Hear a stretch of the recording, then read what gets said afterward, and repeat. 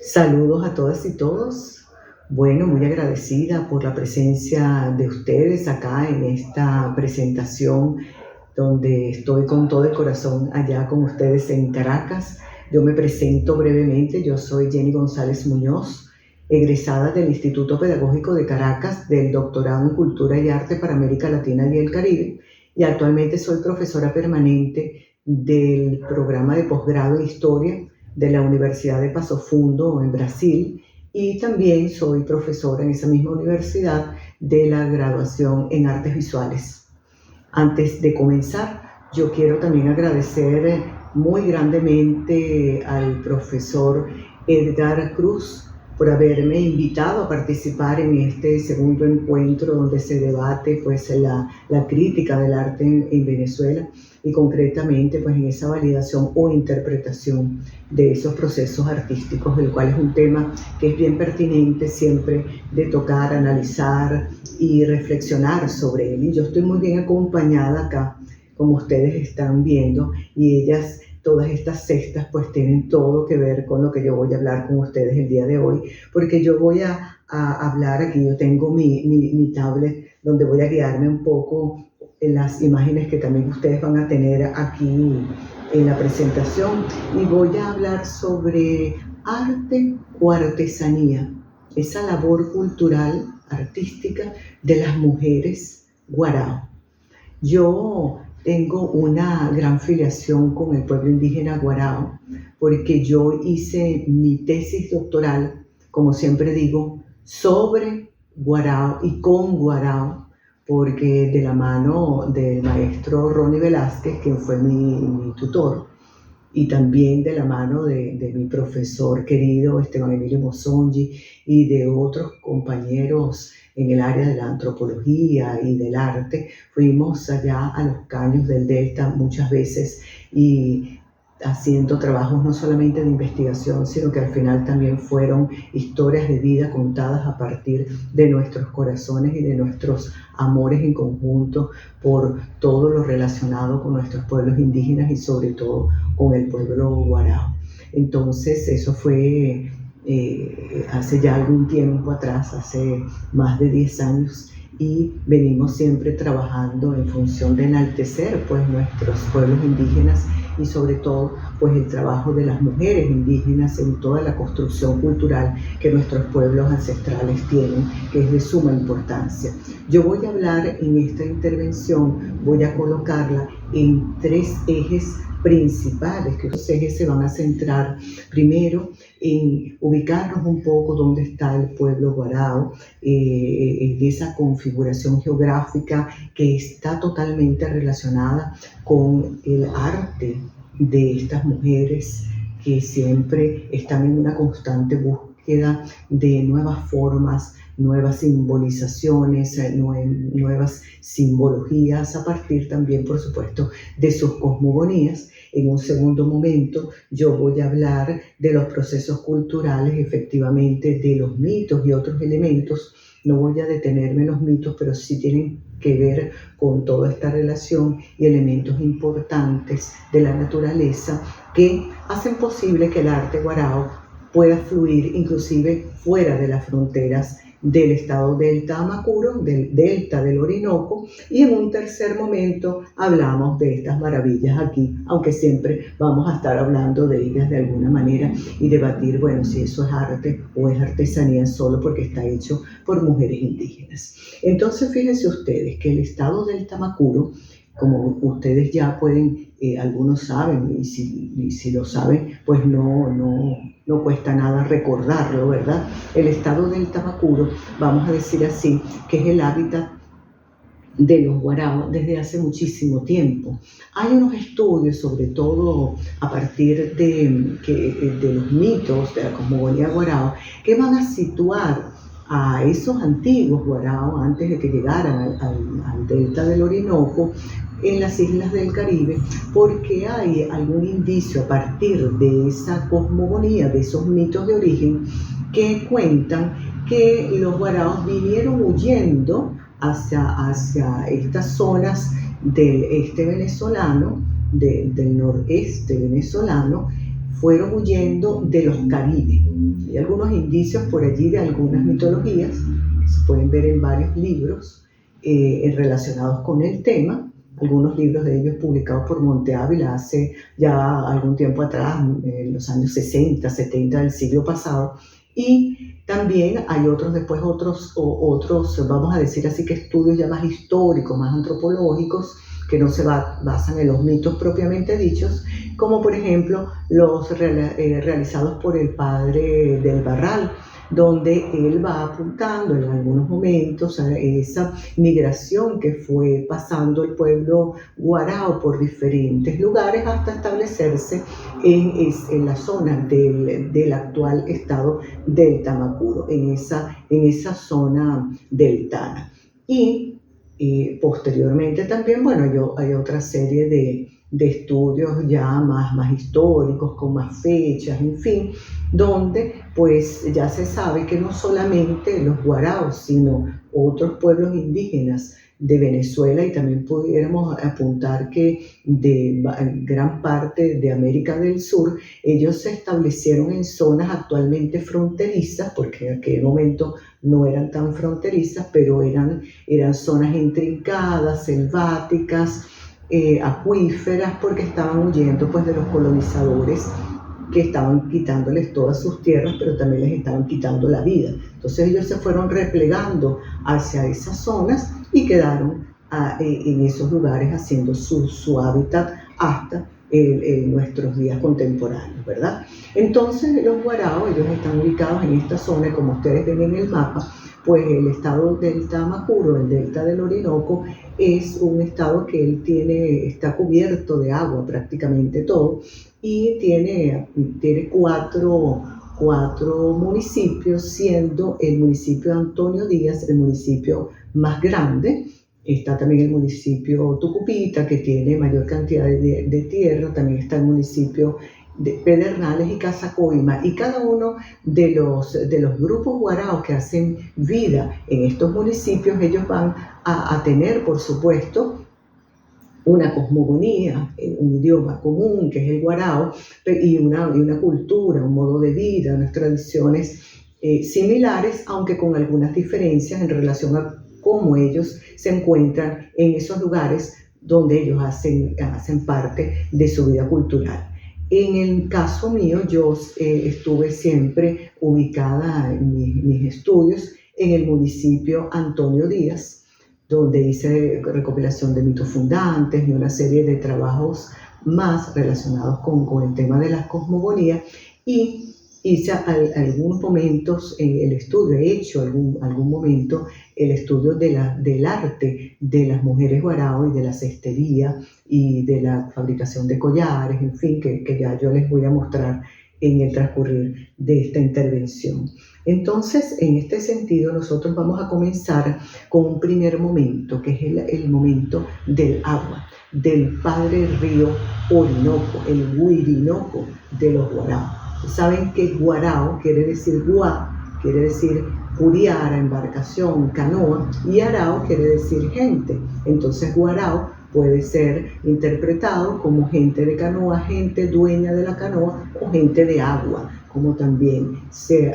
puede leer por allí en algunas literaturas al respecto. En todo caso, sí, son un pueblo cuya vida gira en torno al agua. Tan es así que cuando una persona nace, ese bebé es llevado al río, y el primer baño es el baño en su padre, en el padre río Orinoco, en algunos de los caños, en algunas de las afluentes, pero siempre es el río Orinoco el que está allí presente. Y también cuando mueren, el último baño también es dedicado también en el padre río Orinoco o algunas de sus caños. Entonces vean ustedes que siempre todo gira en torno a ese río, donde nos vamos adentrando en alguna curiara, y vean que en esa construcción cultural de los guaraos, ellos van a realizar su gran parte de su vida sobre el agua, literalmente. Entonces van a hacer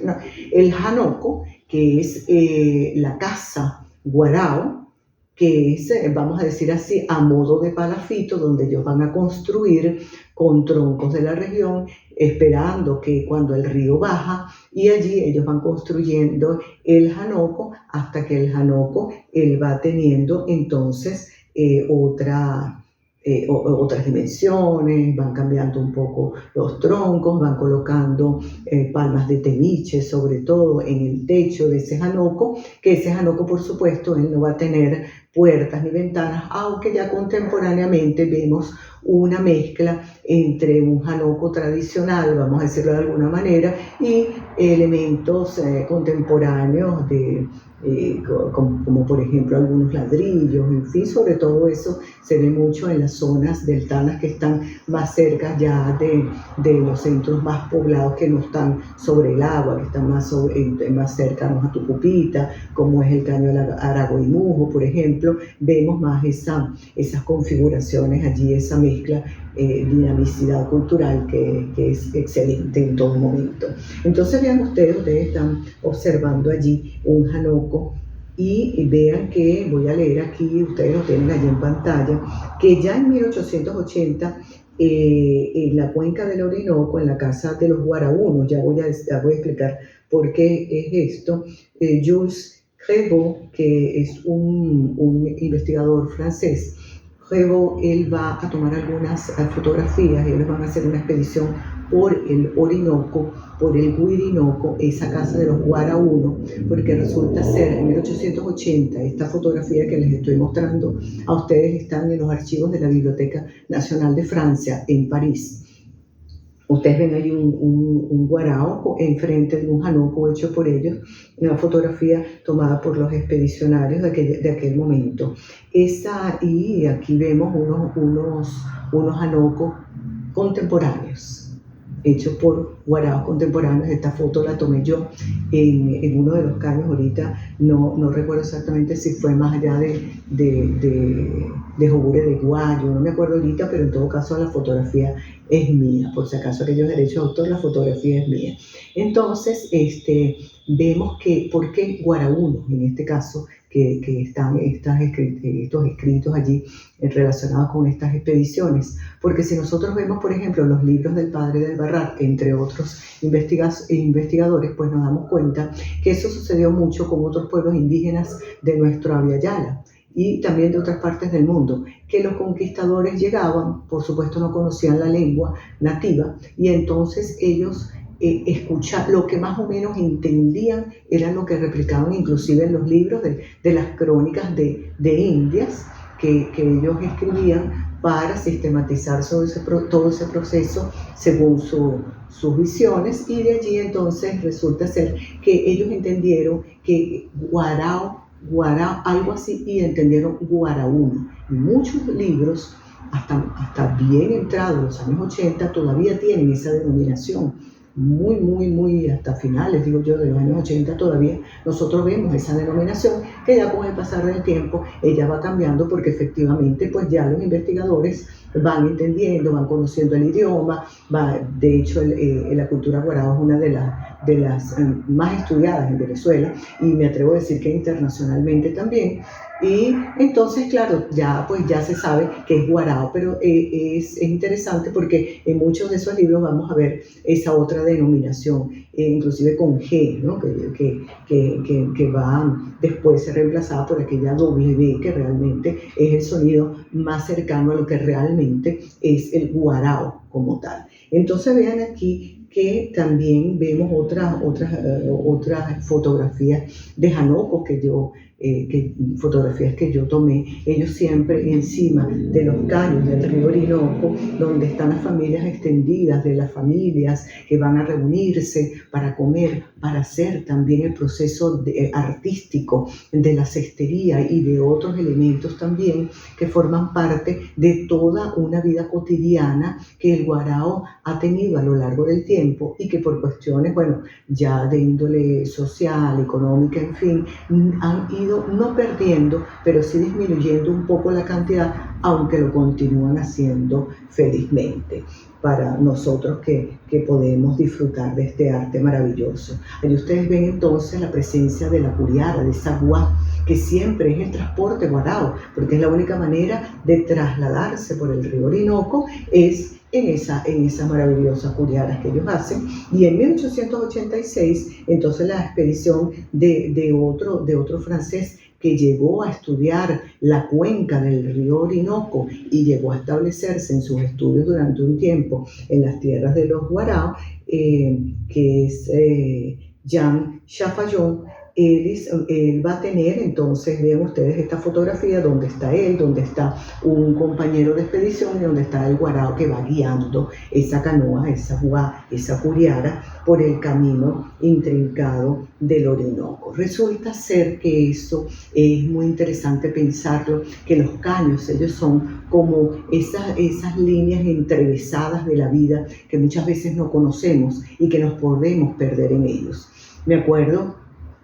el cuento Boquerón de Humberto Mata, que ustedes saben que Humberto Mata, pues les comento que él nació en Tucupita, y en una ocasión Humberto Mata me contó que ese cuento, les invito a quien no lo ha leído que lo lea, es un cuento extraordinario, una historia de detective, muertes, en fin, que va a transcurrir entre los túneles de la ciudad de Caracas. Y resulta ser que Humberto me dice un día, esa gente que está viviendo en esos túneles, a la oscuridad de la sociedad que está arriba, a la luz pública, esos mendigos, esas personas que están huyendo, esas personas que están en sus tratos sociales, ellas también están perdidas de alguna manera. Y esos túneles, para mí, me dijo él, son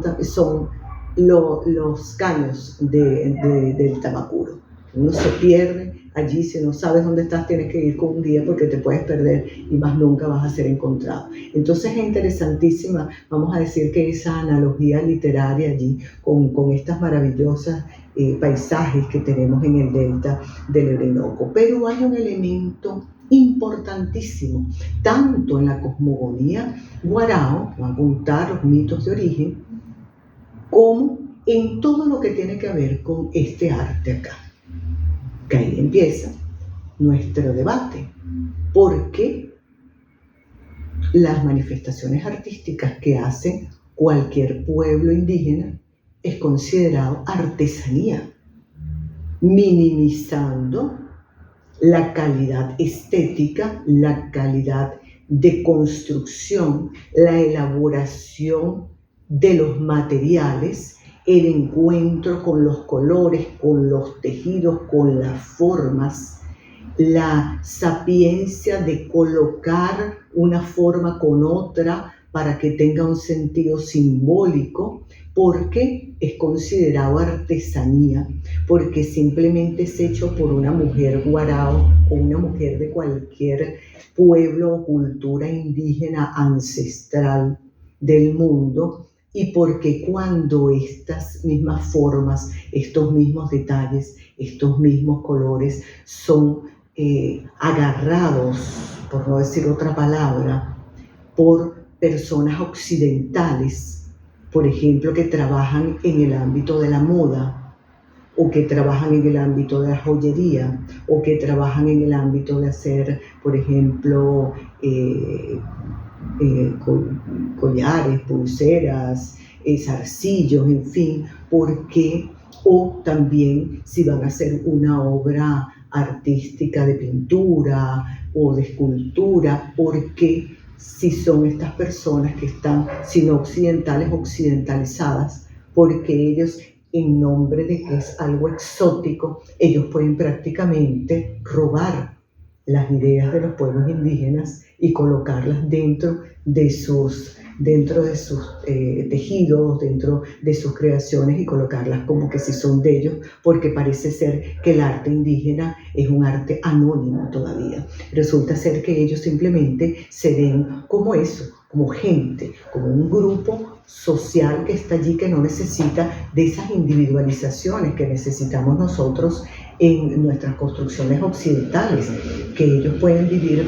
perfectamente autodenominándose como pueblos y reconociéndose, identificándose como pueblo, y no necesariamente colocando una firma individual en un cuadro, en una cesta, en una camisa, en un vestido, en un collar. Entonces es bueno tener presente esa esa construcción, digamos así, de minimización del trabajo del otro, sin que se está haciendo esa construcción simplemente porque no pertenecen a los cánones establecidos por Occidente o por la occidentalización. Entonces es bueno reflexionar sobre eso y pensar pues que darle el verdadero sitial al arte que hacen las mujeres de los pueblos indígenas es fundamental también para que ellas crezcan como personas desde su propio orgullo de sentirse indígena, que hace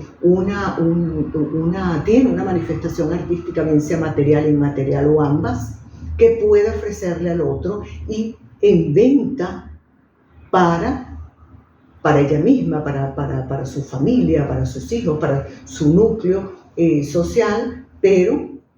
ayudarse económicamente, pero también para que eso sea apreciado por los públicos de otros lugares del mundo, como arte y no como una simple artesanía que está allí en segundo plano y que por eso no se puede pagar lo que realmente ella tiene un valor económico, aparte del valor, por supuesto, cultural, espiritual y ancestral que tienen las construcciones artísticas de las mujeres del pueblo indígena, y en este caso, concretamente, del que yo estoy hablando, Guarao. Entonces volvemos a ese elemento que es fundamental, que es nada menos y nada más que nuestro querido Moriche. Entonces volvemos a la Biblioteca Nacional de Francia, y en 1881, el mismo Jules Prévost, él va en esa expedición en la cuenca del Orinoco, él va a fotografiar entonces un moriche, que es el ojido, el árbol de la vida del pueblo guarao. Fíjense ustedes que es interesantísimo, porque el moriche, él va a estar presente en la vida del pueblo guarao desde sus creaciones cosmogónicas hasta la actual vida que el pueblo guarao tiene. Y donde él está y no tiene guarao, él se siente, ese pueblo, ese grupo que esté allí, se siente prácticamente desnudo de todas las maneras posibles, desde el punto de vista de la alimentación, desde el punto de vista de la medicina tradicional y, por supuesto, desde el punto de vista de la construcción de todo lo que está relacionado con el arte de las mujeres guarao. Entonces, fíjense ustedes que el proceso aquí, yo voy a presentarles a ustedes, aquí voy a dejar un poco la tablet aquí, y ustedes van viendo las imágenes que yo coloco, pero yo les presento aquí. La cestería guarao ya es hecha originalmente por mujeres, es un trabajo de mujeres. Las mujeres van a la selva a buscar los moriches. Yo les invito a que revisen. Yo tengo varios mitos fundantes en mi proyecto Conversarte, y les invito a que lo busquen en YouTube, Conversarte, Jenny González, y allí está el origen del ojido, moriche, y cómo él es tan importante en la cultura guarao. La mujer va entonces a la selva, va a buscar la planta y va entonces a pasar por un proceso extremadamente complicado. Tiene una durabilidad para hacerlo enorme, porque tiene que pasar por varios procesos. Esa fibra, desde la recolección de la fibra en un tiempo determinado, no es todos los días del año que ellas pueden ir a recoger esas fibras allí a la selva. Entonces todo va a pasar por ese proceso. Está la torcedura, que es lo que ustedes ven en la foto, la torcedura de la fibra, esa fibra del moriche, y esa torcedura va haciendo que esa fibra cada vez se ponga más delgada, y va a pasar también por un proceso de cocción, con una serie de otros elementos de la naturaleza, hasta que se obtiene la fibra. Y con esa pequeña fibra ellas van a ir tejiendo, vean ustedes estas maravillas de cesterías que ellas tienen. Esto todo es hecho a mano, y ellas van a tener entonces un principio fundamental, que es ese principio fundamental del espiral, que es el inicio de la vida, las experiencias que la vida de la persona tiene hasta llegar a la muerte de la persona, que también es una espiral al revés. Esas configuraciones de lo redondo, donde los colores originalmente, el rojo, el azul, preponderantemente rojo, azul, por ejemplo, esta aquí, ella tiene los colores de la bandera de Venezuela, utilizan bastante el color amarillo, ¿verdad? Fíjense ustedes que esta cesta es un poco más grande, toda ella es hecha de moriche, pasando por diferentes procesos. Depende la fibra como ella es trabajada y en el momento que ella es recogida, pues inclusive el tejido puede variar. Esta, por ejemplo, esta vasija de moriche, ella es bastante pesada. En cambio, estas cestas son bien leves porque el trabajo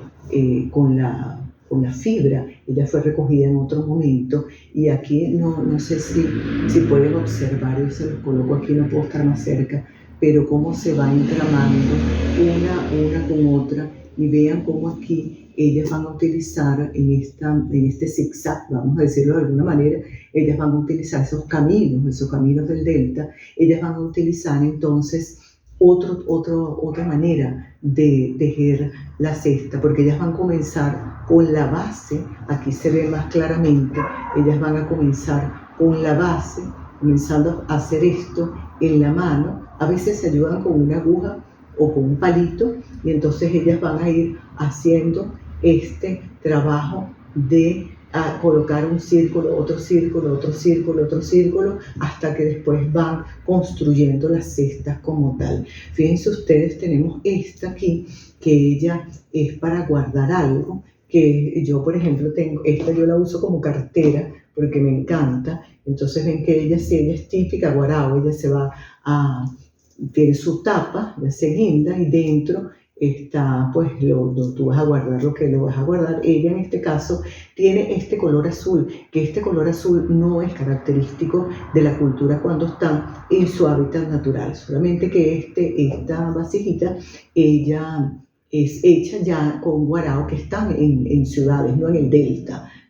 propiamente dicho. Creo que antes dije ciudades, el delta, allá en el delta del Orinoco. Este color azul de esta tonalidad no es muy utilizado, o sea, no es utilizado originalmente, en cuanto que sí, porque recuerden que son colores que ellos encuentran en las plantas que están allí en su entorno, en su contexto geográfico. Entonces, estos colores que ya están utilizando en la ciudad, ellos utilizan colores de estos naturales para teñir tortas, que se dan muy bien con no dañan la fibra de la palma. Y por ejemplo, que es la que yo utilizo como cartera, que ya es mayor, mucho mayor que el otro, mucho más grande, ya va a tener una tonalidad un poco como morada, y en vez de tener esta asa más delgada como esta, que es una zona fibra, ya ellas van a tejer esta asa mayor, que también este tipo de tejido ellas lo van a utilizar como ornamentación aquí en la frente, aquí, que queda bien bonito. Entonces ellas van a tener van a realizar alguna presencia de animales de la selva, que son parte de esa cotidianidad que está dentro de esas culturas. Y aquí entonces está todo lo que está relacionado también con el sol, el comunicarse con el sol, que es el que hace posible también que las cosechas se den mejor, aunque el pueblo guará es bastante lunar. Y nuestras mujeres también, entonces ellas hacen yo tengo este collar, él pesa, él es hermosísimo, él es hecho con estas cuenquitas que son de plástico. Fíjense ustedes que es una belleza todo ese trabajo maravilloso que ellas hacen, y continúan haciendo el trabajo con esa parte geométrica que ellas dominan también, porque son culturas que, si bien ellas tienen esa circularidad dentro de su vida, de ciclo de vida, pues también ellas tienen una parte geométrica, claro, el círculo también, pero esas partes geométricas de rombos, triángulos no, sobre todo rombos sobre todo, y las líneas rectas. Y esta utilización de estos nuevos elementos, como colocar ese colorante, vamos a decir artificial, colocar este tipo de elementos que son de plástico, pues también son dinamizaciones culturales que no minimizan para nada el arte de las mujeres indígenas guarao, sino que muy por el contrario enaltecen la facilidad con que ellas tienen, porque por supuesto es un conocimiento del arte ancestral. Ellas heredaron esto de su madre, a su vez de su abuela, de su bisabuela, y ellas las van a pasar a sus hijas, a sus sobrinas, y eso va a ir como es una tradición, una tradición de la cultura material e inmaterial, porque con ella no solamente van todas estas expresiones, sino también van las manifestaciones que giran en torno a ella, que ellas van contando algunos mitos, van haciendo cantos infantiles en cuanto van haciendo el tejido, en cuanto van pasando por el proceso de torcer el moriche, siempre van con sus niños para la selva a buscar todo lo que va a servir para hacer su arte, y por supuesto esto de incorporar nuevos elementos, ellos la van a utilizar para poder realizar su arte en otros espacios que no sea solamente su hábitat natural. Entonces ellas buscan en tiendas, compran los materiales, revisan cuál se da mejor con la fibra que con el otro, cuál se da mejor para el collar, para poderlo cerrar con mayor tranquilidad, cuál será el mejor ornamento para que pueda ser utilizado por una persona que no lo quiere ya para llevar las frutas o para llevar las semillas, sino que lo quiere para colocar el maquillaje, la cédula y el peine aquí. No, ya tienen otras maneras de ver lo que ellas van a ofrecerle a los otros públicos, y eso no se aleja para nada absolutamente de su tradición y de su cultura originaria y su identidad como pueblo ancestral del delta del Orinoco. Muy por el contrario, es una manera de reivindicar el arte de la mujer en la construcción de un pueblo indígena que continúa existiendo, continúa vigente, bien sea que viva en el estado del Tamacuro, que esté en procesos migratorios internos desde hace muchos años, procesos migratorios externos desde hace un tiempo también, pero siempre reivindicando su arte para mostrárselo de la mejor manera y ofrecerlo, por supuesto, a los públicos en diferentes momentos, no solamente ferias de artesanía, como siempre dicen, sino también han tenido la posibilidad de exponer en algunos otros espacios que no solamente son comerciales de artesanía, porque son pueblos indígenas. Entonces cabe también la invitación ya de mi parte, antes de finalizar esta breve intervención, para que los museos, las galerías de arte abran sus espacios realmente para el trabajo artístico de las mujeres guarao, para enaltecer ese trabajo que ellas han venido desarrollando, creando desde el inicio de buscar la fibra, todo el proceso que es, como les dije, bien complicado y bien intrincado, hasta tener todos estos bellos productos que ellas han realizado y que ellas continúan teniendo siempre su cosmogonía, su simbología a partir de colores, de texturas, de formas bien presentes en todo lo que ellas construyan cultural y artísticamente. Entonces cabe esa invitación para que los espacios expositivos le den el sitial correspondiente al arte de la mujer indígena guarao y a la propia mujer indígena guarao. Y hablo mujer no como individualidad, hablo mujer como grupo femenino, como personas femeninas que están haciendo ese arte, que ellas tengan también su sitial real dentro del reconocimiento como unas verdaderas artistas y propulsoras de la identidad indígena en todos los momentos de su vida. Les doy las gracias una vez más por haber tenido la paciencia de escucharme, de verme aquí también acompañada de estas hermosas cestas, y les invito entonces a la reflexión y a ver bien también tomar esos espacios para hacer análisis hermenéuticos sobre la real valorización de las manifestaciones artísticas, tanto de la cultura material como de la cultura inmaterial o mixta de nuestros pueblos ancestrales. Muchísimas gracias, un gran abrazo, se les quiere y nos vemos en una próxima oportunidad. Chao, chao.